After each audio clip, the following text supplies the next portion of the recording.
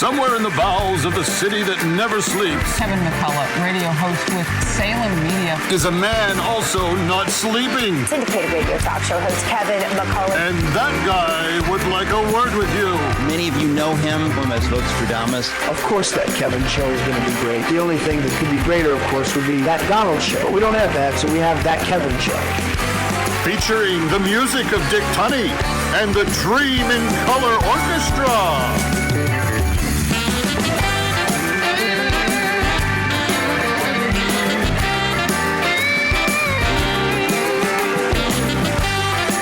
Still to come, he's a tax-collecting good guy.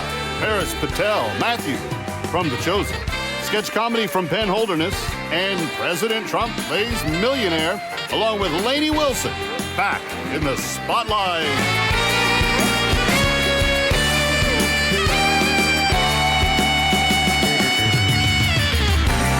And now, from Times Square, home to the artist who removed Post Malone's face tats simply because Mother Taylor said to, here's that Evan! Thank you, Dave. You know, that really is something. I saw that video last night, and my goodness, I didn't even recognize him. He looks like a completely different person. But, you know, when Taylor asks you to do something, you do it. All right, check the news. Assignment Desk Weekend, I'm Kevin McCullough. Rough week for President Joe Biden. First, he told Iran, don't, and then they did. And then he told Israel, take the win, and they didn't. Then he announced sanctions on Iran, who he's given more than $100 billion to, and they just laughed at him. The week was so bad for the president that he started even telling people that his ancestors had been eaten by cannibals. My Uncle Bosie was a hell of an athlete. They tell me when he was a kid. He got shot down in New Guinea, and they never found the body because there were a lot of cannibals for real. But such a shaky week left the president looking for his identity on policy matters especially. And since his identity has evidently always been a little bit fluid. I was sort of raised in the Puerto Rican community. I am Joe Bidenopoulos. I grew up in a heavily Irish Catholic community in Scranton, Pennsylvania. I got raised in the black church. He knows I'm not kidding. As a student of the Persian culture, I probably went to shul more than many of you. I come out of the black community, not fundamentally unlike the Palestinian people. You might say, raised in the synagogues in my state. I grew up feeling self-conscious. My name didn't end in an SKI. I was raised in a neighborhood where I felt self-conscious. My name didn't end in O. That's kind of how I was raised, like so many Americans of Irish heritage. Hard-working people, the middle class, the neighborhoods I got raised in. I was raised on GM. I was raised by Danny Inouye. I was raised by a righteous Christian. I got raised on automobiles. If you'll notice, there's only one identity that he never claimed in all the identities that he has claimed, and that is to be a woman. So on Friday, he took his pencil to paper to finally achieve his unachievable identity and rewrote Title IX. Now he can apply for and receive a women's scholarship, use the ladies' bathrooms and locker rooms, and compel people to use his new her nouns. And if you don't, now his Department of Justice can charge you with harassment. Silly man, girl. In non-Biden Crazyland news, a Civil War cannonball was found in the yard of a Virginia homeowner.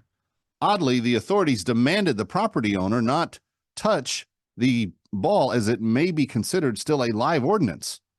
Assignment Desk Weekend feels compelled to point out to the authorities that Civil War cannonballs were not grenades and did not explode. And finally, Taylor Swift has released a double album. The Troubled Poets Department has 31 songs and runs 2 hours and 3 minutes. Amidst the wreckage of songs pertaining to the breakup of past loves, she's also released a few songs thought to be dedicated to her new beau, Travis Kelce, the tight end for the Kansas City Chiefs, including what many are concluding is a diss track on teammate Kadarius Toney. Swift says, quote, call the amateurs and cut them from the team, ditch the clowns and get the crown. In response, online observers asked, how would her fans or she even know what she was talking about. They just started watching football last year. For Assignment Desk Weekend, I'm Kevin McCullough. As we all saw on last week's show, Joe Biden, your competition for the next president of the United States, failed to get past the very first question when he incorrectly guessed what the A in USA stands for. Let's play Who Wants to Be a Millionaire?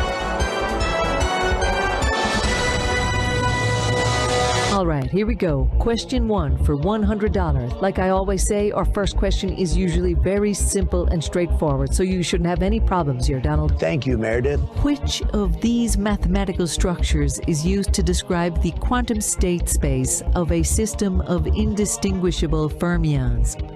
A. Hilbert space, B. Banach space, C. Fock space, or D. Clifford algebra? This is the first question.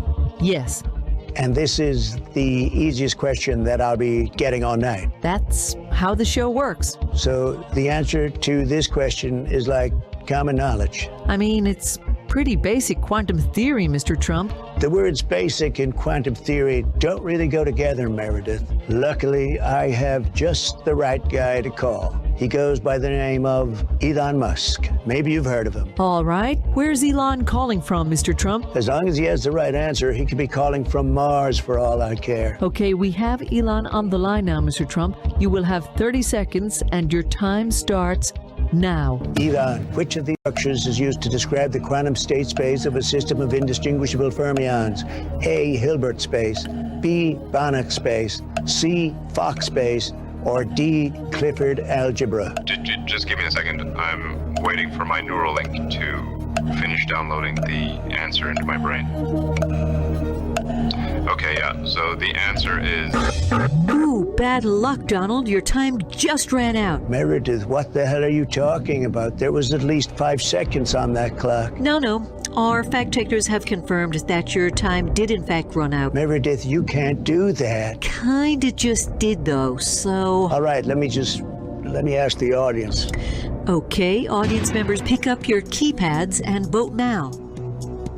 This may take a little longer than usual this week as we're partnering with a charity who will be sending in mail-in audience votes. Mail-in audience votes? Do I at least get to know the charity? The Ohio Center for the Mentally Disabled.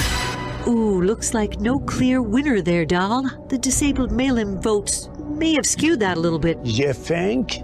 All right, give me the 50-50. Certainly. Computer, take away 2 wrong answers and leave Donald with the correct answer and 1 remaining wrong answer. Oh, come on.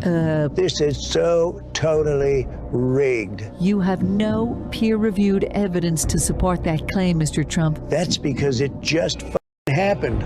I might as well just take a guess. All right. C, final answer. Donald, you had $0.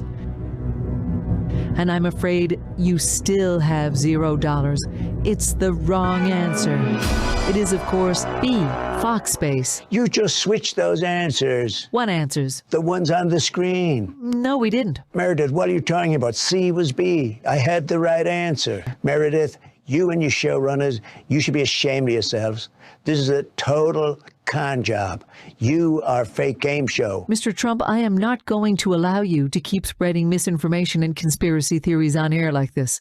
I think the main point audiences can take away from tonight is that Joe Biden is at least equal to you in terms of cognitive function. Perhaps even maybe a little ahead, as you have to give him some bonus points for guessing Israel. Now, before we go, I'd like to once again thank the Ohio Center for the Mentally Disabled for providing us with the mail-in audience votes this evening. And I'd also like to thank the George Soros Foundation for providing tonight's questions. Good night.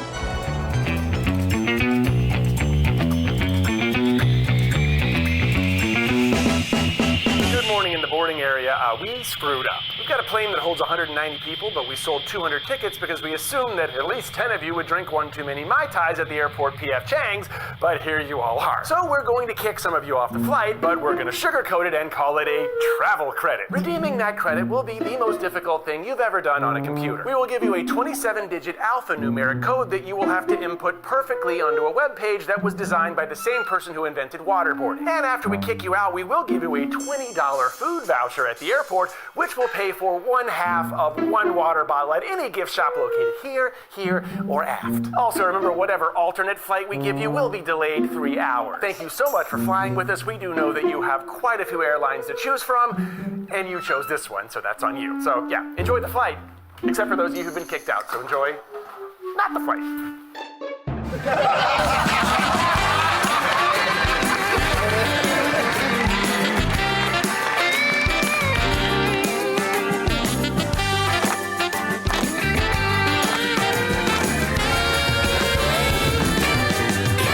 Ready or not, we'll be right back.